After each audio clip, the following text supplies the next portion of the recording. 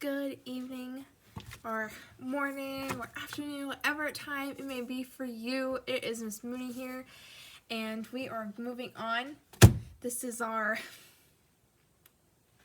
seems like a millionth week of e-learning. Miss y'all so much every single day. Teaching myself, it's kind of lonely. I miss the jokes. I miss you doing TikTok videos. I miss all of you very much. It's been lonely. But we are moving on with Rocket Boys. I hope you're enjoying the book. It is a really interesting book. And actually, if you care to know, if you haven't seen the movie Hidden Figures, it goes really well along with it because it's the same time period. So I watched it the other day. But we are going to get straight into this. We will be reading chapters 7 and 8. I think we're on 95. My book is when that starts. So, as usual, follow along, go on, and then answer the assignments based off of the chapters that you're to read. I'm reading 7 and 8 for you, and then you're reading 9, 10, 11, and 12. Okay? So if you have any problems, please don't hesitate to email me. We are going to get started. Chapter 7, Cape Colwood. Dad wasn't interested in him, so Quentin escaped from Colwood, hitching a ride at the mine entrance. The other boys, I assumed, had gone home to hunker down for the day, hoping without much hope that their parents wouldn't hear about our errant rocket. Dad ordered me to walk home. He followed about an hour later and called me out into the yard. I waited while he went down in the basement and returned with my chemicals in a cardboard box. "Come with me," he said. "I want you to see this." I followed him out the back gate, then watched as he poured everything into the creek. I knew he was justifiably angry, considering how stupid I'd been to launch our uncontrolled missiles so close to the mine. On the other hand, these were my chemicals, paid for with my money. I'd gotten up on a lot of cold, snowy mornings to deliver the paper and earn that money. "This is the end of it," he said over his shoulder, as he shook out the last bag of saltpeter, "and this time I mean it. Collect stamps, catch frogs, keep bugs in a jar, do whatever you want, but no more rockets." He handed me the box filled with empty bottles and bags. "Now, who helped you?" I remained silent, but he said, "Bykovsky, got to be." I felt my face involuntarily slide into an expression of dismay. Was there anything in Colwood my dad didn't know about? "I'll take care of him," he assured me. "What are you going to do?" I asked urgently. "That's none of your business, little man. Now go up to your room and stay there until your mother gets home." When Mom got home, Dad stopped at her door. I could hear them talking, but not exactly what was being said. Then I heard her thump up the stairs. She came into my room. "Tell me what happened," she said wearily. I gave her the whole story about Mr. Bykovsky and everything.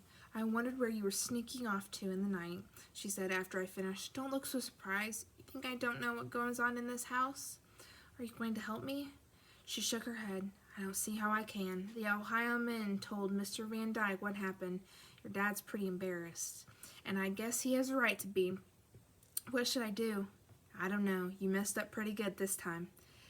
"I guess I'm finished," I said. "If you give up that easy," she replied with a shrug, "I guess you are." "I'm worried about Mr. Bykovsky," I said, looking for sympathy. "You should be," she answered coldly. "You used him. Ike and Mary have always had a special liking for you, and you knew it. You should have thought of what could happen to him before you got him involved." I sweated out the rest of the day, and then as soon as the shift change was made, slunk up to see Mr. Bykovsky. I was relieved to see him in his shop. He was working on the big steel cutting maw of a continuous mining machine. He saw me at the door and waved me inside. "You see, Sonny," he said, pointing at the maw, "the operator hit rock instead of coal. The teeth have been broken off. I will build new ones." I picked up one of the broken teeth on his work table and fingered it. Did my dad talk to you?" "Your father was pretty mad," he said, over the shriek of a milling machine.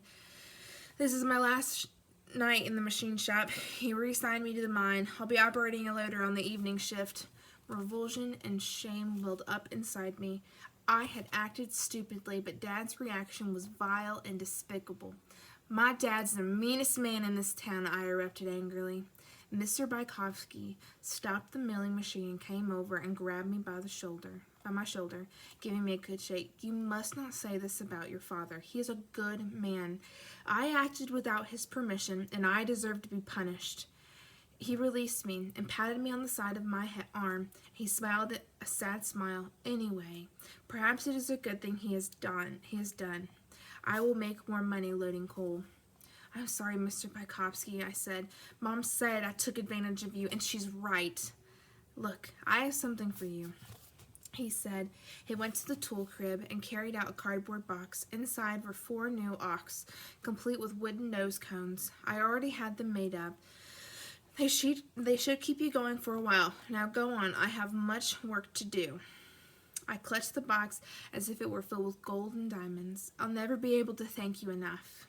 You want to thank me? He nodded toward the box. Make these flash. Show your dad what you and I did together. My father had clearly, in no uncertain terms, told me to stop building rockets. The BCMA was now an outlaw organization. I don't know why, but that felt good. I had the urge to hug Mr. Bykovsky, but resisted it. Instead, I stood straight and tall and said firmly, what I hoped was manfully, "Yes, sir, you can count on me." He nodded and went back to work. So did I. On the following Monday, I gathered the boys in the Big Tree auditorium before morning classes. As expected, the gossip fence had instantly informed their parents about our assault on the tipple. Surprisingly, all the other boys had gotten off without punishment. Roy Lee's mother had laughed it off. Odell's father thought it was pretty amazing the rockets had flown at all. And after all, no harm had been done. Sherman's father had counseled him to think about things a little more before he did them, but that was all. I was the only one who'd been yelled at. When I reflected on it, I suspected the other parents thought it was funny that we had spooked the Ohio men, who were not exactly beloved by the average Colwoodian. I'd heard Roy Lee, who got the Union talk from his brother, say the steel mill muckety mucks were far more interested in themselves than us, and that they'd sell us down the river in a second. My father, on the other hand, believed a major part of his job was keeping the men from Ohio happy. Well, I had myself to keep happy. We've got to get a new rocket range, someplace out of Colwood, I told the boys. You mean we're not quitting? Odell asked. We're outlaws now, I said, savoring the word. We're not ever going to quit. Sherman was with me. They clear-cut all the timber off Pine Knob, he said. It's not on company property. We could go up there. Are you kidding, Roy Lee griped. We'd have to climb 2 mountains to get up there. You have a better plan? Sherman countered. I sure do. How about we stop all this rocket stuff and get us some girlfriends? That interested Odell. How do we do that? First, I need to teach you the ropes. Like what? Roy Lee's eyebrows went up. Like unsnapping a bra with one hand. Pine Knob it is, I decided, ignoring Roy Lee's nonsense. This Saturday, meet at my house. We'll leave from there, Quentin? Yo, Quentin answered, shaken from in some distant reverie. We need to figure out a better way to test our mixes other than just throwing them into the hot water heater. You're supposed to be our scientist. Can you think of some way to do that? Of course. Do it. On Saturday, while Dad was at the mine, the BCMA met in my room. Quentin had labored over a way to test our powder all week and proudly presented his plan. It was a complicated test stand with tubes and springs and pistons. I was impressed. It looked like something Werner von Braun himself might have dreamed up. Odell was the first to speak after Quentin's breathless explanation of how it all worked. How about we just put the powder in a pop bottle and see how big an explosion it makes? A chorus of agreement followed. Everybody looked at me to make the decision. Pop bottle, I decided. I hated to disappoint Quentin, but we had no way to build his design with our limited resources. But good job anyway, Q, I said.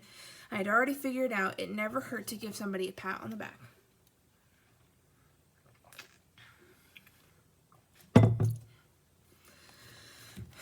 Quentin protested. We must approach this enterprise in a scientific manner.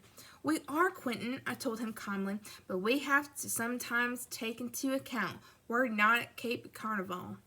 Quentin appealed to the other boys lounging around the room. We're trying to learn how to build a rocket, gentlemen. This isn't for fun. How right you are, Quentin, Roy Lee said, winking at me. That's what girls are for. From his jacket pocket, he brought out a brassiere and wrapped it around a chair. Okay, as I promised you, it is time to watch and learn, boys. Quentin sighed in exasperation. I crowded in with Sherman and Odell. Excuse me. We were eager to learn Roy Lee's adult secrets. Roy Lee sat down in a chair beside the one with the bra and draped his arm around it. After a moment of deftly fingering the attachments in the bra fell apart. Wow, we all said in unison, even Quentin. He picked up the bra and inspected the complicated hooks and loops in the back. You know, he conjugated, his brow furrowing, there should be a better system. He plucked a beggar's last endemic in West Virginia off his pants leg and inspected the tiny fuzzy seed that hitched rides on anything or anybody who walked through the woods. Dandy and Poteet used to come back from chasing rabbits covered with them, and I'd spend hours picking them off. Quentin put the seed back on his pants and then pulled it off again. I'd like to look at this under a microscope. If you could figure out what makes it stick to your pants, you could maybe put it on cloth straps and shut up, Quentin, Roy Lee said, snatching the bra from him and strapping it to the chair again. You think too much. One by one, we each took our turn at the thing. I'd seen lots of brassieres hanging outside on wash signs up and down Colwood, but never had the occasion to touch one before, and hooking it one-handed wasn't nearly as easy as Roy Lee had made it look. The top hook was the hardest. Dorothy would have slapped you silly by now, Roy Lee told me. Don't talk about Dorothy that way, I bristled. Why, she's no angel. How'd she's dating some boy over in Welch? That was news to me. The kids in Welch were considered fast by the rest of us in the country. If she was going out with the boy from there, I felt butterflies in my stomach. Just let it be, Roy Lee, I snapped, suddenly miserable. It seemed everything about Dorothy either made me very happy or very sad. Roy Lee gave me his best innocent look and held up his hands. Okay, but don't say you didn't know about it. We kept up our brawl work from the rest of the afternoon until we all had it down to a science, even Quentin, who finally gave in to Roy Lee's vivid description of what might occur if you could master such a handy talent. After the other boys filed out of the house, Roy Lee, with the bra hidden in his jacket, Mom stopped Quentin and asked him to stay for supper. He gave her his little bow. I'd be delighted, Mrs. Hickam, just for the pleasure of your company. She grinned with delight. Sonny, why don't you have manners like Quentin? My upbringing, I asked. A smart mouth could get a boy in trouble, she warned. You've really got the basement a mess. You want to clean it up down there? Yes, ma'am, I said, and reminded myself that my mother was never a person to cross, even a little. Over the next week, Odell gathered the pop bottles. There were always plenty in the garbage. Quentin and I mixed up a variety of black powder samples. We began our excursion up to Pine Knob the following Saturday, each of us carrying a paper bag full of bottles filled with different mixes. We had to first climb Water Tank Mountain, so called because the two cylindrical steel water tanks on top that held Colwood's drinking water. Once we reached the tanks, we had to go down the backside of it and then climb up a gully until we reached Pine Knob's bald top. Somebody had clear-cut the top of the mountain more than a decade ago, and the forest still hadn't recovered. There was just a sea of ugly stumps and barren, eroded dirt. After Quentin got through complaining about how much his feet hurt and how tired he was, we set up and began our tests, blowing the bottles to smithereens, one by one, while we hid behind the stumps. Sherman took notes, Quentin grumbling about our unscientific approach. In truth, the tests were subjective at best. One exploding bottle difficult to compare to another. I had ground the powder especially fine for the last bottle we detonated. However, and when it went off, it blew a crater a foot deep. Even Quentin was impressed. That's the way I'll mix it and grind it for our next rocket, I told him, and he was mollified. We had accomplished something nearly scientific after all. The finer the powder, the bigger the explosion. Despite the fact we were off company property, we would later hear that some people in Colwood were still unhappy over what we were doing. It seemed like every time we blew a bottle, some people thought the mine had blown up. They'd come out on their porches in a panic, but then somebody else would say, no, it's just those damn rocket boys. Then everybody would go back inside until we blew another bottle, and the same thing would happen all over again. When I returned, Mom said Dad had gotten phone calls about the noise, including one from Mr. Van Dyke. Surprisingly, Dad didn't say anything to me about it. I was off company property, so perhaps he felt I had followed his orders, at least to an extent that satisfied him. But I still had a problem. Pine Knob was okay to blow up bottles, but it was impractical for a rocket range. The BCMA needed more than anything else a place of its own nearby where we could launch our rockets without anybody complaining. But where could we find such a place? As it would turn out, that particular decision was about to be taken out of my hands. At the Coldwood Women's Club meeting on Thursday evening, the grade 6 teachers met with Mom and Mrs. Van Dyke and gave them their unsolicited advice on the whole matter of us outlaw rocket boys. Mom woke me up the next morning. It was still dark outside. Come on, we're going to talk to your father. Blurry-eyed and confused, I followed her to the kitchen. Dad almost dropped his coffee mug when we appeared. It was a rare thing for Mom to be up that early, and he had never seen me before sunrise, ever. Damn, Elsie, don't sneak up on me like that. Sonny, I need to talk to you, Homer. Sonny and I need to talk to you, Homer, Mom said. Dad eyed me and signed in his chair. Let's hear it. I want you to figure out how he can launch his rockets without everybody getting upset about it. Why would I want to do that? Because there's some people in this town who think he and the other boys are trying to do a good thing. Although I didn't have a clue, Dad, of course, already knew who Mom was talking about. Don't ask me how.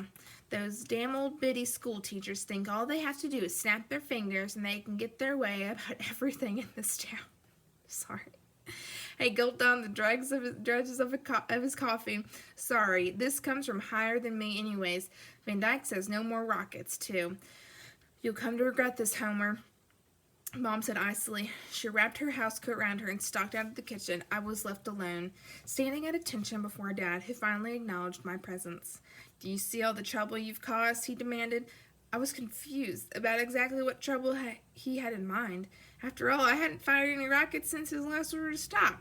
I did, however, have his complete attention, a rare occurrence. I took advantage of it. Dad, is Coldwood going to be torn down?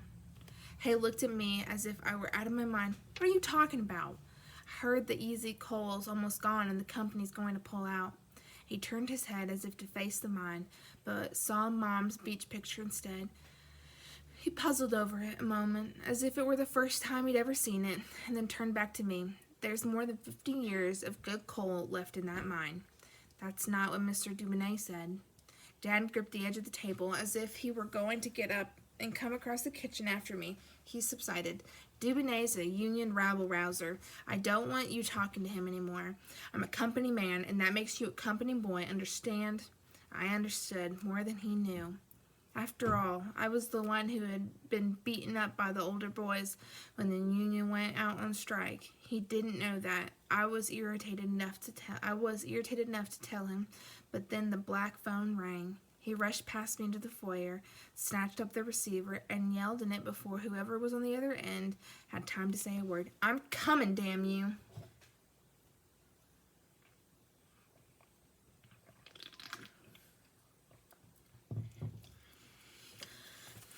On Sunday, Mom and Jim and I got up as usual and dressed to go to church. Dad also came down the steps, decked out in his suit and tie. Mom could not have been more astonished if he had appeared naked. It turned out Mr. Van Dyke had asked him to attend a brunch at the clubhouse after church services. Well, la-ti-da, Mom saying, a brunch, aren't we fancy? Dad frowned at her. Elsie, I told him we'd both be there. Mom pushed me ahead, straightening my tie with one hand around my neck. I'll think about it, she said, and I could almost hear Dad's teeth grind. Mom and Dad sat in the back of the church between the Van Dykes and Doc and Mrs. Lassiter. Jim sat with the football boys, all of them still grumpy about being left out of the state championship game.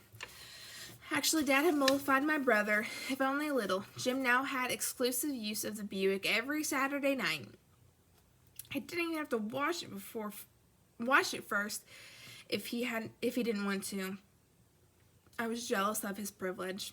I had only just turned 15 and didn't have a driver's license yet, and anyway, Jim had girls to take out. I didn't, and at the rate I was going, it didn't look like I ever would. I found Sherman and Odell, and we sat up front. When the choir got up to sing, Mrs. Dantzler stepped out for a solo. She stood straight and tall in her maroon robe, and when the sun came through the clear glass windows, her hair glowed like molten silver. When she finished, her voice seemed to still be ringing up in the rafters. The Reverend Lanier stood up and made his way to the pulpit. I thought something about him didn't look right. He looked a little harried. His robe seemed to be ill-fitting, and his hair needed combing. Today, he began in a strangely nervous voice, I will speak on the general topic of fathers and sons. We live, he said to the hushed congregation, in a day and age when fathers often do not receive the respect they should from their sons. At this remark, my antennae went up. The company paid the good Reverend's salary and was not above suggesting the topic of his sermons, mostly having to do with rendering to Caesar what was Caesar's. What sons might not be respecting their fathers? Who else but us outlaw rocket boys? Reverend Lanier told us a little story. There once was a son who did bad things, and every time he did one of them, his grieving father drove a nail in a door. When finally the son came to his senses, his father forgave him and removed each of the nails.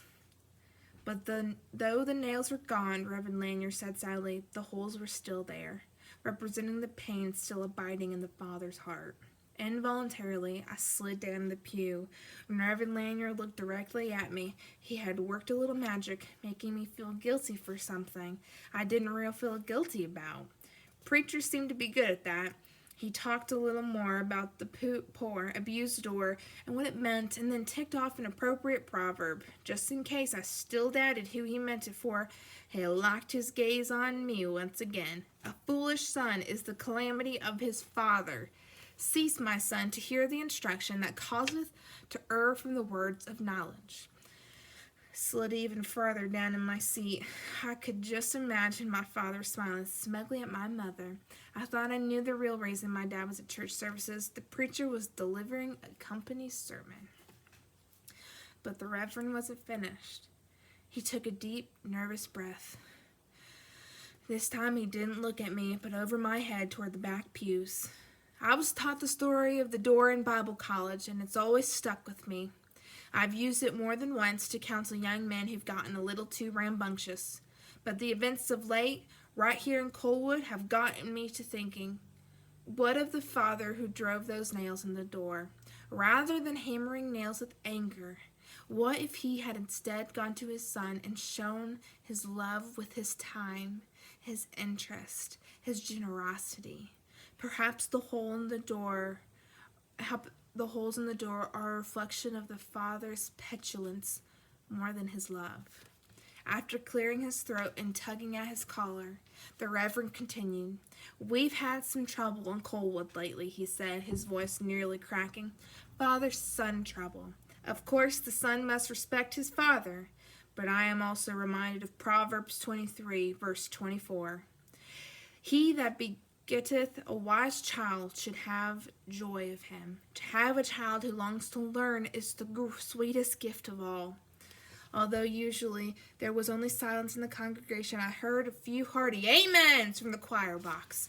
And then to my joy, I realized who had influenced at least the second part of this particular sermon. It wasn't the company. It was the old biddies who filled most of the choir box, the great sex.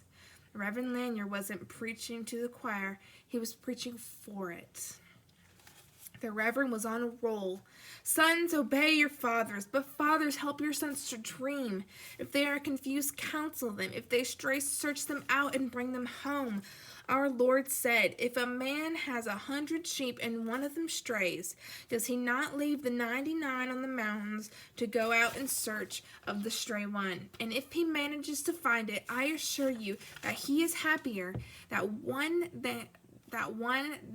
the 99 that did not stray. Fathers, I beseech you to seek out your straying sons and rescue them by keeping their dreams alive. These boys, we all know I'm talking about our very own rocket boys, are dreaming great dreams. They should be helped, not stifled.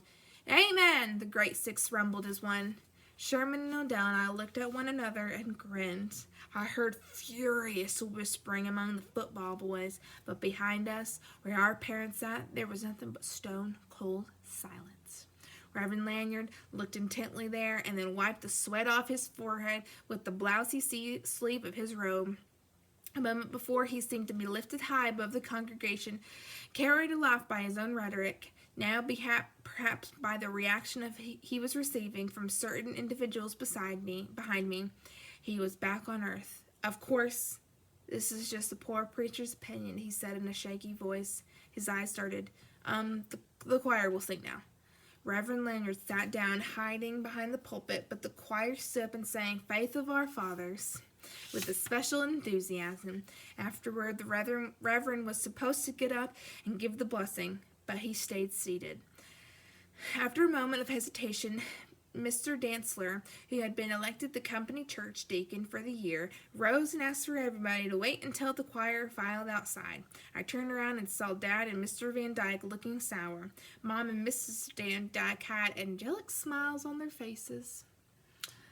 As the great six filed by, they gave us Rocket Boys stern looks. I knew what that meant. They'd gone out on a limb for us. We'd better do good. Jim and most of the other football boys went off down the street, but Buck caught Sherman Odell and me out on the church step. The Reverend and everybody else ought to be worrying about the football team, not you sister morons. Is that so? Odell made as if to take off his jacket. Come on, big boy, I'll show you who's a sister. Mom came out of the church at that moment and saw what was afoot. Hello, Buchanan, she said to Buck. Hello, Mrs. Hickam, he said, straightening his tie and his posture all at once. How are you today? Fine, Buchanan, and you? Just fine, the big boy said. He looked at us threateningly and then trudged after the other football boys who were gathering on the big store steps. Odell and Sherman both took off in the opposite direction, leaving me with Mom. She said, Why don't you wait here a minute, Sonny. I think your dad would like to talk to you. Then she walked with Mrs. Van Dyke toward the clubhouse. I looked over at the parking area and saw Dad and Mr. Van Dyke surrounded by Colwood teachers. When they broke free, the two men huddled, and then Dad sought me out and tossed me the keys to the Buick. Let's let you practice, he said, looking and sounding thoroughly disgusted. Really? I was delighted at the prospect. Usually I had to beg him for days to get in a practice session. He slumped into the passenger seat. Go toward Frog Level. The drive was quiet, with me carefully steering, while Dad said little except to grumble when I accidentally hit a pothole. When we reached the Frog Level camp, he nodded toward the dirt road which led down through the wilderness area. It was called Big Branch. I took it. I was even more careful on the rutted clay, lest the big Buick lose its oil pan. 2 miles farther down the road, he told me to stop at an abandoned slop dump. Let's take a look, he said. We walked out on the gritty surface of the dump. Bulldozers had flattened millions of tons of coal tailings to create a black desert that stretched far down the narrow valley. No tree, not even a blade of grass grew on it. If you want to fire up your rockets, here's the place, Dad said. Nobody in town can see or hear you. We've got the entire valley. You've got the entire valley. I gaped at the huge flat black space. How long is it? About a mile, more or less. I peered down the sun-baked dump and then at the surrounding mountains, my imagination clicking into overdrive. I could see everything as it was going to be. The blockhouse, the launch pad, and our rockets blasting off, roaring up between the steep hills, falling down range. Cape Colwood, I breathed. Dad looked around at the barren slack and then shook his head. If you want this place, you're the only one. Let's go. Dad, there's just one thing. What? I felt reckless. We need a building, a blockhouse it's called, where we can go for protection when our rockets are launched. Could you give us some lumber to build one? Dad took off his gentleman's fedora and tapped it impatiently on his leg. Company property is for company business, not for launching rockets. Scrap lumber will do, I explained, sensing that this was my moment. And can we have some tin for the roof? Dad plodded back toward the car and then turned and pointed at me. If I get you the scrap, and even scrap is expensive, young man, if I do this thing, from here on, I want the rocket launching business out of sight and out of mind in Colwood. Understood? Yes, sir. Thank you, sir. Dad perched his fedora back on his head. He looked relieved, but then anxiety played across his face. "Let's go," he said urgently. "God only knows what stories your mother's telling the Van Dykes." I looked back over my shoulder at the vast slack dump as I followed my father back to the car. The BCMA finally had a home, Cape Coldwood. I couldn't wait to tell Quentin. That is chapter 7, so our next video will be chapter 8. Have a great night.